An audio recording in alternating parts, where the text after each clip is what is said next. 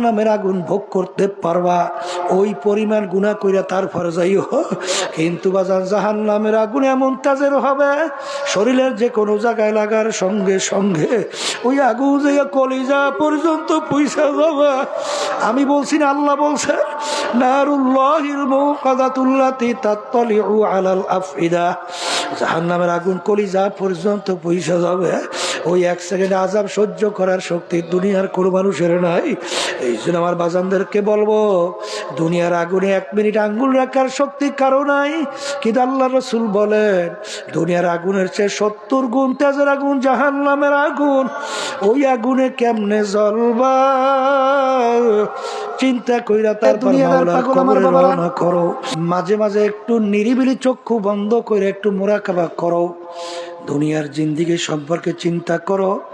বাজান যাদের যত বয়স হয়ে গেল একটু চক্ষু বন্ধ কইরা পিছনের দিকে তাকাও, মনে হয় যেন সব কালকের ঘটনা। কিয়ামতের ময়দানে একজন আর একজনকে প্রশ্ন করবে, ভাই আমরা দুনিয়ার ভিতরে কতদিন ছিলাম, কাম লাবিসনা, আমরা দুনিয়ার ভিতরে কতদিন ছিলাম। একজনে বলবে লাবিসনা ইয়াওমান আও বাযা ইয়াউম, বাজান আমার তো মনে হয় একদিন অথবা একদিনের কিছু অংশ ছিলাম। আর একজনে বলবে না না না, ফাসআলিল আদি, যারা হিসাব রাখছে তাদের কাছে জিজ্ঞাসা করো। কারণ আমার তো মনে হয় ঘরের এক দরজার থেকে ঢুকলাম, অন্য দরওয়াজা থেকে বের হয়ে আসলাম। বাজান যাদের যত বয়স হয়ে গেল, এখন আয়নার সামনে চেহারার দিকে তাকাইলে দেখি দাড়িগুলা পাইকে গেল। ওদিকে ল্যাংটা হইয়া দৌড়দৌড়ি করছিলাম, মনে পড়ে কি পড়ে না। এ দুনিয়াদার পাগল আমার বাবারা, একটু মাঝে মাঝে নিরিবিলি চিন্তা করো।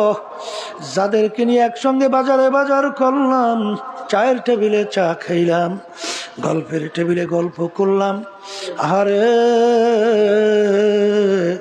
সেই লোকগুলাকে তো এখন বাজারে গেলে আর দেখা যায় না, গল্পের টেবিলেও পাওয়া যায় না, চায়ের টেবিলেও পাওয়া যায় না। তামাম দুনিয়ার যে কোনো প্রান্তে মানুষ থাকলে সেকেন্ডের মধ্যে যোগাযোগ করা যায়, কিন্তু তোমার আমার বাড়ির দরজায় আমার আম্মা ঘুমায়া রইল, আমার আব্বাও ঘুমায়া রইল, আমার আত্মীয় স্বজন ঘুমায়া রইল, আমার পড়শিরা ঘুমায়া রইল, আজ পর্যন্ত খবর দিতেও পারলো না, নিতেও কিন্তু পারলাম না। এখন মনটাকে বলো, রে মন, এমন তো একদিন আসবে রে মন, যেদিন দুনিয়ার সব কিছু নিয়ম অনুযায়ী চলতে থাকবে, কিন্তু তুমি আর আমি আর থাকবো না। এ দুনিয়াদার পাগল আমার বাবারা, বাজান ডাকাইতে দলের সর্দার, ওর কত পাওয়ার। ওর দলীয় লোক যদি কোনো অন্যায় করে অনেক সময় গুলি কইরা মাইরা ফেলায়, অনেক সময় কত শাস্তি প্রয়োগ করে। ওর মাতুকবাড়ি সরদারি কতক্ষণ বাজান পুলিশের হাতে অ্যারেস্ট হওয়ার আগ পর্যন্ত। যখন পুলিশের হাতে অ্যারেস্ট হইয়া যায়, বুট দিয়ে যখন ওকে লাইথায় ওকে পাড়ায়, যখন হাড্ডি গুন্দি ভাইঙ্গে ফেলায়, কোথায় যাবে ওর সারগিরি, কোথায় যাবে ওর সরদারগিরি, কোথায় যাবে ওর মাতুকবারগিরি, সব নিমিশে শেষ হইয়া যায়। হে চক্ষু খোলা দুনিয়া আমার বাজানরা, আজকে দুনিয়ার ভিতরে আমার বড় লোক বাবারা, ক্ষমতা সম্পন্ন বাবারা, হে অন্য অন্য বাজান সম্মানিত আমার বাবারা, হে পর্দার আড়ালের মা বোনেরা, আজকে দুনিয়ার ভিতরে স্বাধীনতা পাইয়া আমার মালিক তোমাকে আমাকে দুনিয়ায় পাঠাইয়া আমার মালিক ঘোষণা করলেন আমহিল হুম রুয়াইদা, আমি তোমাদেরকে তোদেরকে আমি ডিল দিলাম, স্বাধীনতা দান করলাম। কেন? লিয়াবুলুয়াকুম আইয়ুকুম আহসানু আমালা, পরীক্ষা নেয়ার জন্যে, পরীক্ষা করার জন্যে। ছাত্রছাত্রী 3 ঘন্টা পরীক্ষার হলে পরীক্ষা দেয়, 3 ঘন্টার মধ্যে সে যা মনে করে তা লাগবে, তাকে বাধা দেওয়ার কোনো আইন কিন্তু নাই। যদি তাকে বাধা দেওয়া হয় পরীক্ষার হল কিন্তু আর থাকবে না। স্বাধীনতা দেওয়া হইল 3 ঘন্টার জন্যে, যা মনে করে তুমি তা লাগবা, বাধা দেওয়ার কোনো আইন নাই। আমার মালিক তোমাকে আমাকে দুনিয়ায় পাঠাইয়া আমার মালিক ঘোষণা করলেন তোকে আমি স্বাধীনতা দান করলাম। কেন? পরীক্ষা নেওয়ার জন্যে।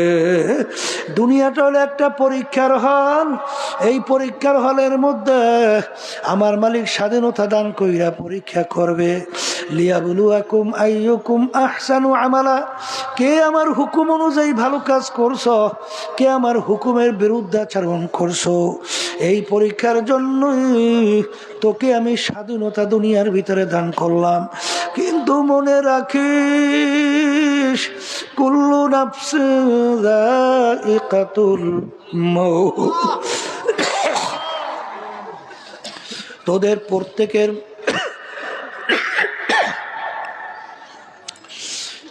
আমি মৌতের বসি মুখের ভিতরে লাগাইয়া আমি তোদেরকে স্বাধীনতার হলে ছাইরা দিলাম। বাজার যখন বর্ষিওয়ালা বড় মাছের মুখে বর্ষি লাগায়, লাগার সঙ্গে সঙ্গে মাছ দৌড় দেয়, মনে হয় যেন মাছ ডাইকা বলে বর্ষিওয়ালা আমি তোমার থেকে সইটা চলে আসছি। আর বর্ষিওয়ালা ডাক দিয়ে বলে মাছ রে, তোর মুখের ভিতরে আমি বর্ষি লাগাইয়া ছাইরা দিছি, তামাম পুষ্কুনি ঘর ঘুরতে ঘুরতে দুর্বল হইয়া পেটখানা যখন পানির উপরে ভাসাইয়া দিবি, আস্তের উপরে তোকে আমি ধইরা নিয়ে আসবো, আর তুই থাকতে পারবি না। আমার মালিক তোমাকে আমাকে ডাক দিয়া বলে, হে ক্ষমতা সম্পন্নরা, হে সম্মানিত, হে টাকা পয়সার মালিকেরা, আরে দুনিয়ার ভিতরে তোদেরকে আমি ঢিল দিয়া দিলাম, যেরকম ইচ্ছা সেরকম ঘর, কিন্তু মনে রাখিস তোদের মুখের ভিতরে মৌতের বর্ষি লাগাইয়া ছাইরা দিলাম ঘর ঘর ঘর। যখন তোর হায়াতের বেড়া পার কইরা তুই যখন তোর বাড়ির বিছানায় পেটখানা মৌতের ভাসাইয়া দিবি, আমার আজরাইল যখন তোর বাড়ির দরজা সিটি বাজাইয়া বসবা, যত ডাক্তার কবিরাজ তোকে চিকিৎসা করুক না কেন, যত ইনজেকশন পুশ করুক না কেন, রাখতে কিন্তু আর পারবে না। এ কবরের যাত্রীরা ভালো করে মনকে বোঝাও, তারপর দুনিয়া থেকে বিদায় নিয়ে কবরে রওনা করো। আজকে আমার মালিককে চিনলাম না, কার প্রেমে পড়লা, কার পরিচয় পড়লা, আর কার জন্য জীবন শেষ করা। বাজান আমার মালিককে চেনা, তারপর দুনিয়া থেকে বিদায় নিয়ে কবরে রওনা করো। কারণ তামাম দুনিয়ার ভিতরে তালাশ করে দেখবা, দুনিয়ার যে কোনো কাজের মধ্যে যদি কেউ 5 বার উঠো গো, আবার ওই কাজের ভিতরে চেষ্টা করলে জিতবার আশা করা যায়। ম্যাজিস্ট্রেট কোর্টে কেস করলে ঠকলে জজ কোর্ট, জজ কোর্টে ঠকলে হাইকোর্ট, সেখানে ঠকলে সুপ্রিম কোর্ট সিঙ্গেল বেঞ্চ, সেখানে ঠকলে সুপ্রিম কোর্ট ফুল বেঞ্চ, সেখানে ঠকলে প্রেসিডেন্ট কোর্ট, বাজান সেখানে ঠকলে আন্তর্জাতিক কোর্ট। কিন্তু এ কবরের যাত্রীরা তোমার আমার সামনে আখিরাতের 5টা মামলা দাঁড় হইয়া আছে। মৌতের মামলা, কবরের মামলা, হাসরের কিয়ামতের ময়দানের মামলা, মিজান পুলসিরাতের মামলা। এই মামলায় যদি খোদা না কাছতে একবার কেউ ঠইগা বস, আর দ্বিতীয়বার দুনিয়াতে এসে আপিল কইরা জিতবার কিন্তু আর আশা নাই। হে দুনিয়াদার পাগল আমার বাবারা, হে পর্দার আড়ালের মা বোনেরা, হাকিমুল উম্মাত আশরাফ আলী থানভী রহমাতুল্লাহি আলাইহি একদিন বয়ানের ভিতরে বলতে বলতে বইলা ফেললো, হে দুনিয়ার মানুষ, আমি আশরাফ আলী মনে একটা কুকুরের চেয়েও খারাপ হইয়া গেলাম। হুজুর আপনি কুকুরের চেয়ে খারাপ কিভাবে হলেন? বলে আমরা অনেকে বাড়িতে কুকুর পালি, কুকুরকে আমরা কোনো ভালো জিনিসের ভাগ দেই না। বসো, কুকুরকে আমরা কোনো ভালো জিনিসের ভাগ, বস, কোনো ভালো জিনিসের ভাগ দেই না। আরে আমরা হাড্ডি কাটা বাহিরে ফেলাই, কুকুর খাইয়া তার জীবনকে বাঁচায়। কিন্তু রাত্রে যখন মালিক ঘুমায়, কুকুর কিন্তু ঘুমায় না। কুকুর সারা রাত্র মালিকের বাড়ি পাহারা দিতে থাকে, মালিকের যেন কোনো ক্ষতি না হয়। দেখবেন ভোরবেলায় তাকাইয়া কুকুরের চক্ষু লাল হইয়া যায়। ওই সময় যদি মালিক কুকুরকে মারে, উচিত ছিল কুকুর মালিককে কামড় দেওয়া। ওরে নেমো খারাপ, আমি তোর কোনো ভালো জিনিসের ভাগ নেই নাই। তুই গোশতকে হাড্ডি বাহিরে ফালাইলি, মাছ খাইয়া কাটা বাহিরে ফালাইলি, ওইগুলা খাই আমার জীবনকে বাঁচাইলাম। তুই সারা রাত তোর একটাই না ঘুমাও, আমি কুকুর কিন্তু ঘুমাই না। সারা রাত্র তোর বাড়ি আমি পাহারা দিলাম, কেন? তোর জন্য কোনো ক্ষতি না হয়। এরপরে তুই আমাকে মারা, তোকে আমি কামড়াইয়া রাখবো না। কিন্তু কুকুর দেখবা চোখটা একটু বুঝু বুঝু, আল্লাহু আকবার কইরা, মাথার একটু কায়ত কইরা, কান দুইটা নিচের দিকে নামাইয়া, ল্যাসটা পেটের নিচে ঢুকাইয়া করুণ সুরে ঘেউ ঘেউ কইরা ডাকা, মনে হয় যেন কুকুর বলে, আমার মালিক তুমি আমাকে মাইরো না, তুমি আমাকে মাফ কইরা দাও। হাকিমের উজমাম আশরাফ আলী থানভী রহমাতুল্লাহি আলাইহি বলেন, ওরে মানুষ, কুকুরটাও মালিক চিনল, আর তুমি আর আমি মানুষ হইয়া আমার মালিককে চিনলাম না। এই জন্য আমার বাজানদেরকে বলবো, পর্দালে মা বোনদেরকে বলবো, বাজান দুনিয়ার ভিতরে এমন কোনো জাতি নাই পরকাল বিশ্বাস করে না। হিন্দুরাও কিন্তু পরকাল বিশ্বাস করে, খ্রিস্টানরাও কিন্তু পরকাল বিশ্বাস করে, অন্যান্য বিজাতি তারাও কিন্তু পরকাল বিশ্বাস করে। আমরা মুসলমান, আমরাও কিন্তু পরকাল বিশ্বাস করি। কিন্তু তামাম দুনিয়ার মধ্যে মুসলমান ছাড়া অন্য কোনো জাতি চ্যালেঞ্জের মাধ্যমে বুক ফুলাই গলার টান কইরা কেউ বাঁচতে পারে নাই। একমাত্র মুসলমান জাতি দুনিয়ার ভিতরে চ্যালেঞ্জের মাধ্যমে বুক ফুলাইয়া গলার টান করিয়া দুনিয়ায় বাইচা আছে। এই আমার মুসলমান বাবারা, হে পর্দার আড়ালের মা বোনেরা, আজকে মুসলমানের ঘরে জন্মগ্রহণ কইরা খোদা না কাস্তা কিয়ামতের ময়দানে যদি জাহান্নামের শিকল হাতে পায়ে লাগে,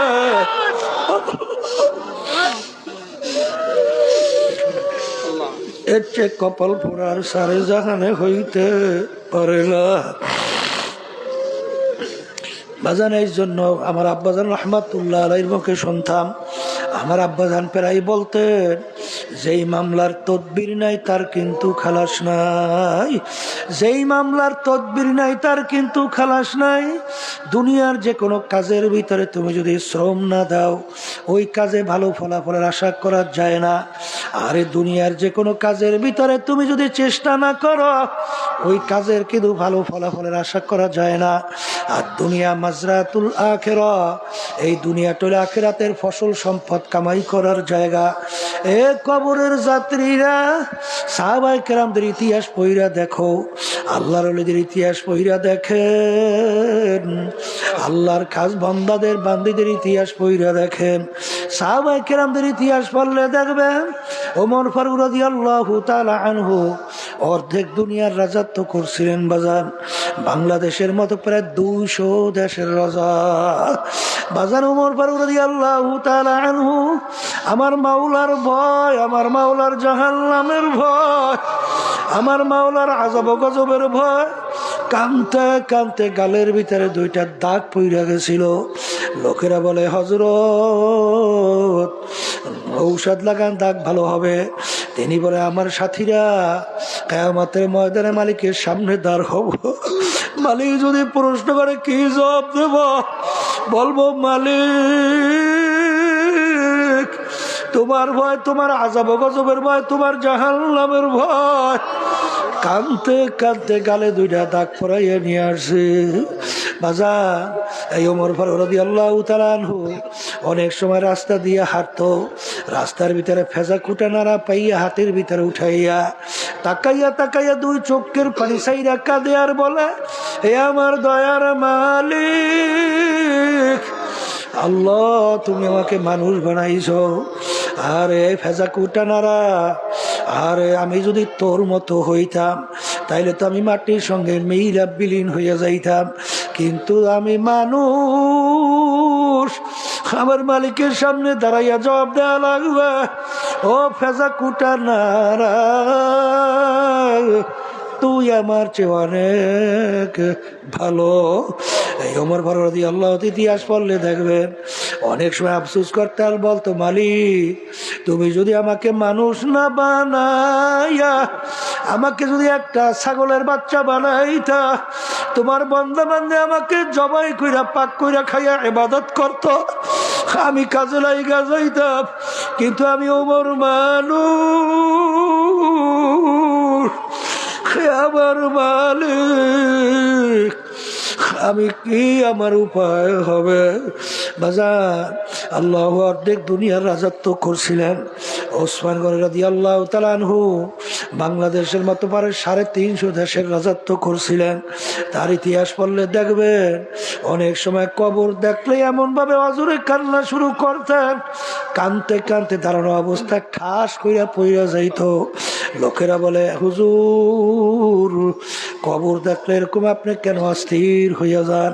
তিনি বলেন, আমার সাথীরা, আখিরাতের যেই কয়টা ঘাটি, তার প্রথম নম্বর ঘাটি হইল কবর। এই কবরে যার সঙ্গে ভালো ব্যবহার হবে, সামনের ঘাটিতেও ভালো ব্যবহারের আশা করা যায়। এই জন্য আমি কবর দেখলে সহ্য করতে পারি না। আরে ইব্রাহিম বিন আদহাম রহমাতুল্লাহি আলাইহি তিনি বলছিলেন, 10টা কারণে আমাদের দোয়া কবুল হয় না। এর ভিতরে একটা কারণ হলো আমরা মাইয়িতকে গোসল করাই, কাপড় পরাই, জানাজা নামাজ পড়াই, খাটের ভিতরে উঠাইয়া কবরের ভিতরে রাইখে আসি, কিন্তু ওর থেকে আমরা কোনো ওসিয়ত নসিহত উপদেশ গ্রহণ করি না। আরে এরকম তো আমাকেও একদিন খাটের ভিতরে উঠাইয়া আমাকে এরকম মাটির গর্ভে রাইখা আমাকেও মাটি চাপা দিবা, তখন আমার কি উপায় হবে? এর থেকে আমরা কোনো উপদেশ গ্রহণ করি না, এই জন্য আমাদের দোয়াও কবুল হয় না। এ দুনিয়াদার পাগল, আল্লাহর ওলিদের ইতিহাস পড়লে দেখবা, বড় পীর আব্দুল কাদের জিলানী রহমাতুল্লাহি আলাইহি একদিন মাওলার ঘরের সঙ্গে মাথার টাকায় আর মালিকের দিকে ফিরা ফিরা কান্দে আর বলে, এ আমার মালিক, তুমি যদি আমাকে মাপ নাই করো, আমাকে অন্ধ কইরা কিয়ামতের ময়দানে উঠাইও। কারণ জাহান্নামের শিকল যদি আমার হাতে পায়ে লাগে, এক তো লজ্জা, মানুষ বলবে দেখ যাকে বড় বিশ্বাস বলছে, তার জাহান্নামের শিকল হাতে পায়ে লাগা গেল। এক তো লজ্জা, অন্যদিকে আযাব। মালিক আমি কেমনে সহ্য করব? যদি মাপ নাই করো, বন্ধ কইরা উঠাইও। বাজা আল্লাহর ওলিদের ইতিহাস পড়লে দেখবা, আল্লাহু আল্লাহ।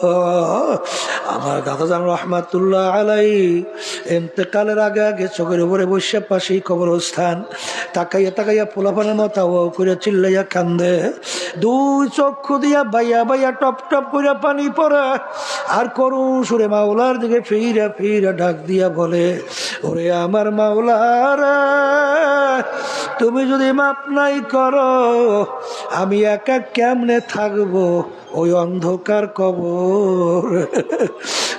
যাদের জীবনটা মাওলার রাস্তায় কাটাইয়া দিল, তবুও মন মানে না কিভাবে অন্ধকার কবরে একা থাকবে। এই আল্লাহর বান্দারা, পর্দায় মা বোনেরা, মুসলমান বলতেই কিন্তু মন চায় ইমানকে মজবুত করবে, নেক আমল করবে, বেহেশতে যাবে। কারণ বেহেশতে যাওয়ার জন্য আমার মালিক 2টা শর্ত লাগাইছেন, যে ইমান আনো, আমলে নেক আমল করো, তারপর আমার দরবারে হাজিরা দাও, বেহেশতে যাও। কিন্তু বাজান মুসলমান বলতেই মন চায় ইমানকে মজবুত করবে, নেক আমল করবে, দুনিয়ার থেকে বিদায় নিয়ে কবরে যাবে। কিন্তু তোমার আমার পিছনে শত্রু শয়তান, একটা শত্রু, মানুষ শয়তান একটা শত্রু, নফস আম্মারা একটা শত্রু। বাজান আর তুমি আর আমি চেষ্টার পরেও অনেকাংশে তুমি আর আমি নেকের কাজ করতে পারি না, গুনার কাজ ছাড়তে পারি না, আল্লাহর হুকুম নবীর তরিকা অনুযায়ী চলতে পারি না। বাজার কারণ কি? শত্রু তোমাকে আমাকে বাধা দেয়। আল্লাহ রাব্বুল আলামিন কুরআনুল কারীমের ভিতরে বলছেন, শয়তান দুনিয়া এবং দুনিয়ার ভিতরে এই সমস্ত আনন্দময় চাকচিক্যময় কইরা তোমাদের কাছে উপস্থাপন করে, এমন ভাবে উপস্থাপন করে ওদিকে তোমাদের মন দেহ ঝুইকা যায়। এই জন্য আমার বাজানদেরকে বলবো, আমার মালিক বলছেন ইন্না শাইতানা লাকুম আদুউন ফাত্তাখিযুহু আদুওয়া, শয়তান তোমাদের জাহের বাহির প্রকাশ্যে শত্রু, ওকে শত্রু হিসাবেই তোমরা গ্রহণ করো, বন্ধু হিসাবে কেউ গ্রহণ কইরো না। এই শয়তান থেকে বাঁচার জন্য এই যে বাজান তরিকা শুনেন, পীর মুরিদি শুনেন, আমাদের এই তরিকার নাম হলো চিশতিয়া সাবিরিয়া তরিকা। এই তরিকার 5টা ঔষধ আল্লাহর কুতুবেরা তোমার আমার জন্য রাইখা গেছে। বাজান কেন? ঈমানকে মজবুত করার জন্য, নেক আমল কইরা যেন কবরে যাইতে পারি। এই জন্য যারাই আল্লাহর ফজল ও করমে আল্লাহর কুতুবদের পরামর্শ অনুযায়ী নিজের জীবনকে চালাইছে, দেখা গেছে দিনার দিন তাদের দিল নেকের দিকে ঝুঁকতেছে, আল্লাহর ফজল ও করমে ঈমান মজবুত হইতেছে, গুনার থেকে আল্লাহর ফজলে ফিরতে পারতেছে। আগে চোখে পানি ছিল না, এখন গুনার পিছনের কথা মনে পড়লে, মাওলার আযাব গজবের কথা মনে পড়লে, আমার মালিকের জাহান্নামের কথা মনে পড়লে, তখন তাদের দিলটা এমন ভাবে কম্পন শুরু হইয়া যায়, তাদের চোখে জোর কইরাও আটকাইয়াও পানি রাখতে পারে না। কারণ আমার মালিক বলছেন তাকশাইরু মিনহু জুলুদুল্লাযীনা ইয়াখশাউনা রাব্বাহুম সুম্মা তালিনু জুলুদুহুম ওয়া কুলুবুহুম ইলা যিকরিল্লাহ। আমার মালিক বলেন আমার এক শ্রেণীর বান্দা-বান্দী এরকম দুনিয়ার মধ্যে আছে, যখন তাদের সামনে আমার আযাব ও গজবের আলোচনা করা হয়, যখন আমার জাহান্নামের ভয়াবহ আগুনের কথা আলোচনা করা হয়, যখন জাহান্নামের ভয়াবহ আলোচনা করা হয়, তখন তাদের দিলটা থরথর করে কাঁইপা ওঠে, তাদের চামড়া থরথর করে কাঁইপা ওঠে। ওই বান্দাবান্দি যখন এই তরিকার আল্লাহর ফজল করমে ঔষধ পালন করে, তখন তাদের ভিতরে আল্লাহর ভয় জমতে থাকে, তখন তাদের পিছনের গুনার কথা যখন মনে পড়ে, তখন আর সুস্থ থাকতে পারে না, তখন আর স্থির হইয়া যায়, আর করুণ সুরে দিলটাকে বাইরা আমার মালিকের দরবারে ডাক দেয়, হে আমার দয়ার মালিক, নাফরমান তোমার দরবারে হাজির। মালিক তুমি যদি মাফ না করো আমার কোনো উপায় নাই, কবরে উপায় নাই, কিয়ামতের ময়দানে উপায় নাই, মিজান পৌঁছাতে উপায় নাই। মালিক দয়া মায়া করে তুমি আমাকে মাফ কইরা দাও। বান্দাবান্দি যখন দিলটাকে ভাইঙ্গা 2 চোখের পানি ছাইরা খালেস তওবা কইরা মালিকের কাছে মাফ চাবে, আমার মালিক বলেন তুই ডাক দিতে দেরি, তোকে আমি মাফ করতে মোটেও দেরি করবো না, বরঞ্চ তোর পিছনের সমস্ত গুনাহকে আমি নেকের দ্বারা পরিবর্তন কইরা দেব।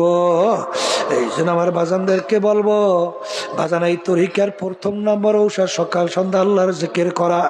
আমি আমার বাজানদেরকে চ্যালেঞ্জ কইরা বললাম, যাদের ভিতরে আল্লাহর জিকির নাই তাদের ইমানের ভিতরে ভেজাল দেখা যায়, যাদের ভিতরে আল্লাহর জিকির নাই ওদের চোখেও কিন্তু পানি দেখা যায় না, যাদের ভিতরে আল্লাহর জিকির নাই ওরা গুনার থেকে ফিরতেও পারে না, চেষ্টা করে কিন্তু পারে না। কারণ শয়তান তো কলবের ভিতরে মজবুত হইয়া বইসা ওই বান্দা বান্দিকে ওয়াসওয়াসা দিয়া গুনার ভিতরে লিপ্ত করায়।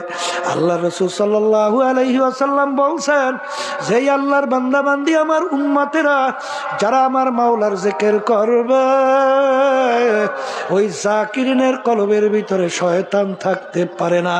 তাহলে আল্লাহর জিকিরের মধ্যে শয়তান দিল থেকে ভাইগা যায়।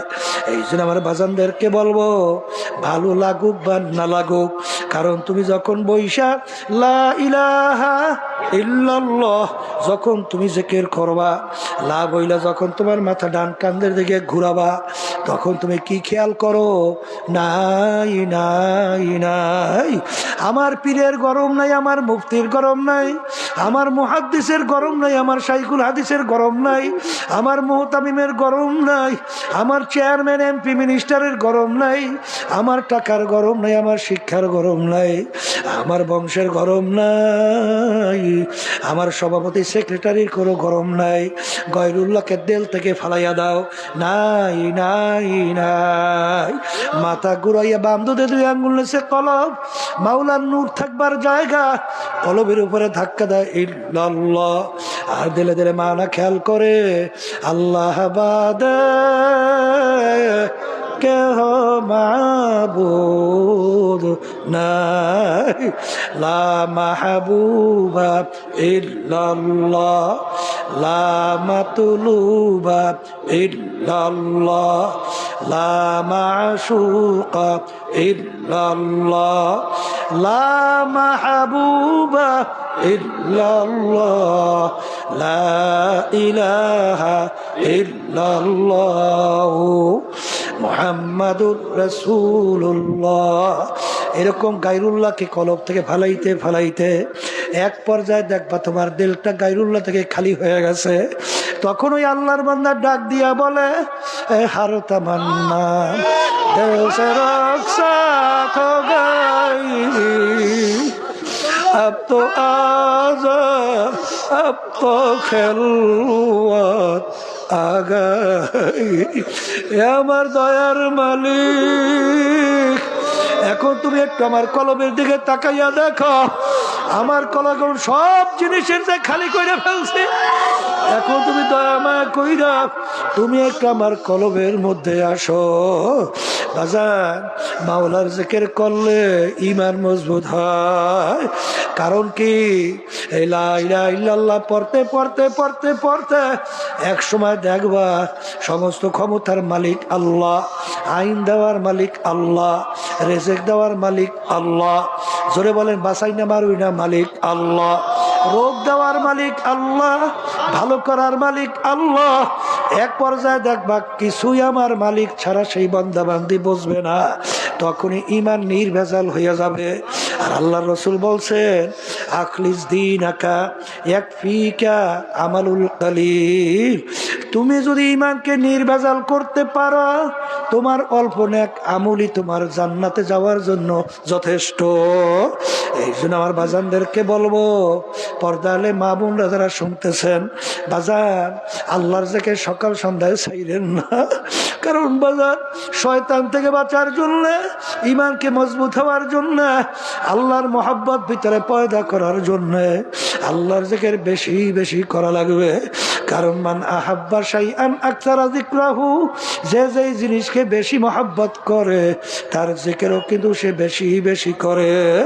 এই জন্য আমার বাজানদেরকে বলবো, এই তরিকার সঙ্গে জড়াইয়া ঠিকমতো ঔষধ পালন করো। এরপরে আমার আব্বাজান রহমাতুল্লাহ আলাইহি বলতেন, বাজান কবরে কিন্তু কোনো দলাদলি নাই।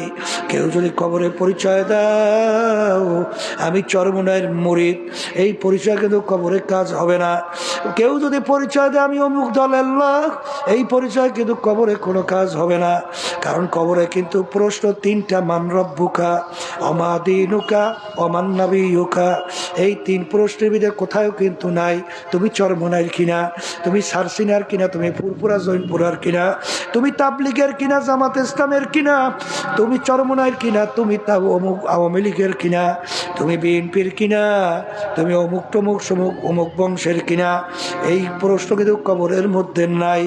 আমার আব্বাজান বলতেন, বাজান যারা চরমনাইতে আসো, 1 সবক 2 সবক 3 সবক নেওয়ার পরেও যদি তোমাদের পরিবর্তন না আসে, অর্থাৎ গুনার কাম এখনো ছাড়তে পারো না, নেক কাজ করতে পারো না, চোখে এখনো পানি আসে না, চরমনাই আসে কোনো লাভ নাই। কারণ আমি ডাক্তারের দ্বারা তোমাদের কোনো উপকার হবে না। আর একজন খাস আল্লাহর বান্দার কাছে যাও।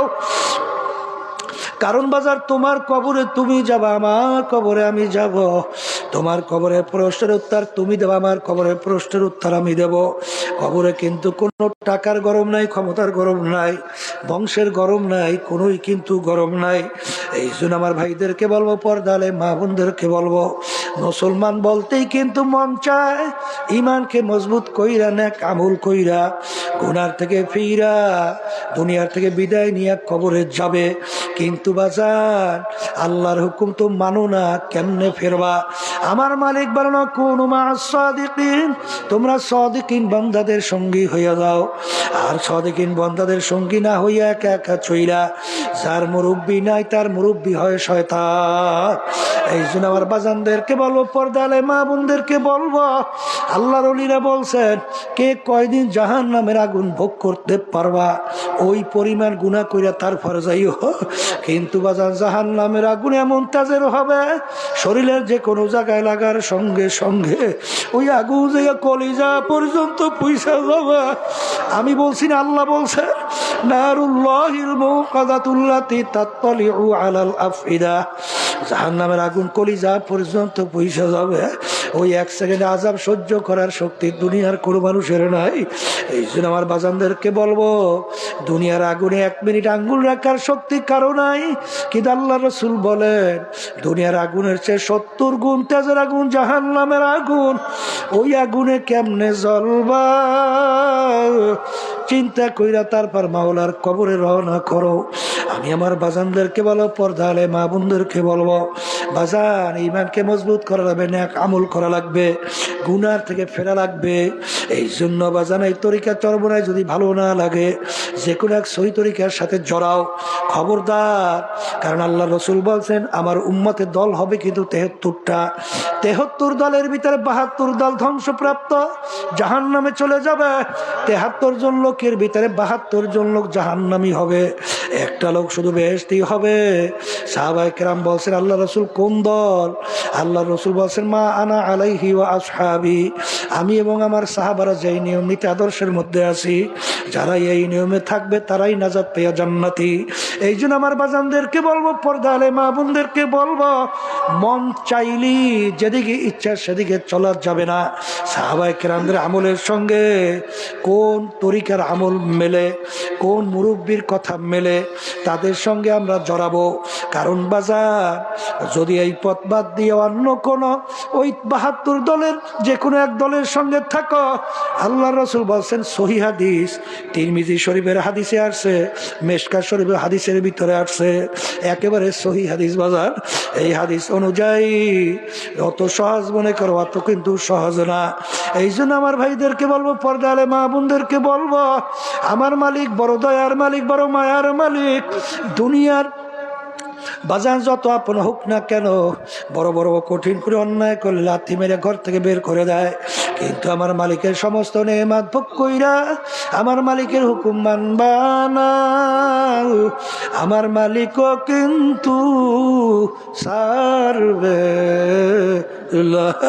কিন্তু আমার মালিক বড় দয়ার, তোমার পাহাড় পরিমাণ যদি গুনাহ হইয়া থাকে, এমনকি শিরকের মতো যদি গুনাহ কইরা থাকো, আমার মালিককে যদি খালেস তওবা কইরা ডাক দাও আর মাপ চাওয়ার মতো যদি চাইতে পারো, আমার মালিক শুধু মাফ করবেন তাই না, তোমার আমার গুনাহকে নেকের দ্বারা পরিবর্তন কইরা দিবে।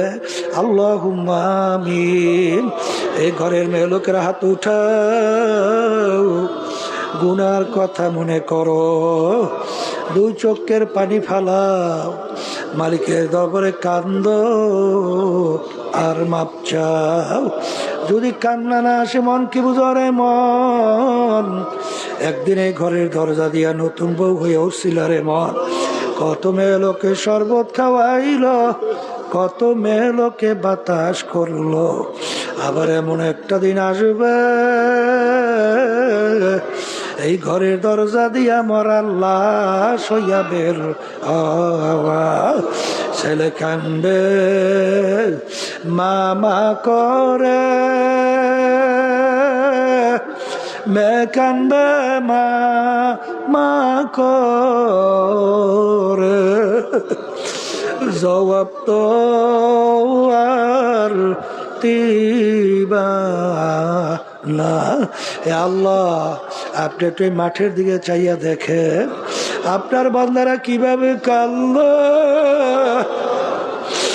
আমার মালিক, আমাদের ছেলেও মরে নাই, মেয়েও মরে নাই, গুনাহ করে বসছি রে, মাফ করে দেন গো মাওলা, মাফ করে। আল্লাহর বান্দারা জোর করে কান্দে, জোর করে সন্তান মারা গেলে চোখে পানি আসে, সম্পদ নষ্ট হয়ে গেলে চোখের ভিতরে পানি আসে। তোমার আমার গুনার কাছে জাহান্নামের আগুন জ্বলছে, ওই জাহান্নামের আগুন চোখের পানি ছাড়া ঠান্ডা হবে। আল্লাহ যাদের উসরা মাহফিল হইল, চেষ্টাকে আপনি সাহায্য করলো, আমরা যারা মাহফিলে উপস্থিত হয়ে গেলাম, আমাদের সবাই উপরে খাস মেহেরবানি নাজেল করেন আল্লাহ। এ আল্লাহ, আমাদের আম্মা আব্বা আত্মীয় স্বজন যারা ওই অন্ধকার কবরে শুয়ে রয়েছে, আল্লাহ তাদের কবরকে বেহেশতের বাগান বানায়া দেন। আমাদের যত মুজাহিদ ভাইরা, মা বোনেরা, দিনদারেরা, আল্লাহ অনেক মুজাহিদ ভাইরা ইন্তেকাল করছেন, দোয়া চাইছে তাদের কবরকে বেহেশতের বাগান বানায়া দেন। অনেকের আম্মা স্ত্রী আত্মীয় স্বজন ইন্তেকাল করছে, দোয়া চাইছে আল্লাহ কবরকে বেহেশতের বাগান বানান। এ আল্লাহ, এই মাহফিলকে আপনি হেদায়েতের জরিয়া বানাইয়া দিয়েন আল্লাহ। হককে আমাদের কাছে হক হিসেবে প্রকাশ করে দিয়েন, বাতিলকে বাতিল হিসেবে প্রকাশ করে দেন। আমাদের সবাইকে হকের পক্ষে থাকার তৌফিক দান করেন আল্লাহ। মাদ্রাসা মসজিদকে আপনি দিনের জন্য কবুল করে নিয়েন আল্লাহ। সব দিক থেকে আপনি হেফাজতে রাখিয়েন। সুবহান রাব্বিকা রাব্বিল ইজ্জাতি আম্মা ইয়াসিফুন ওয়া সালামুন আলাল মুরসালিন আলহামদুলিল্লাহি রাব্বিল আলামিন।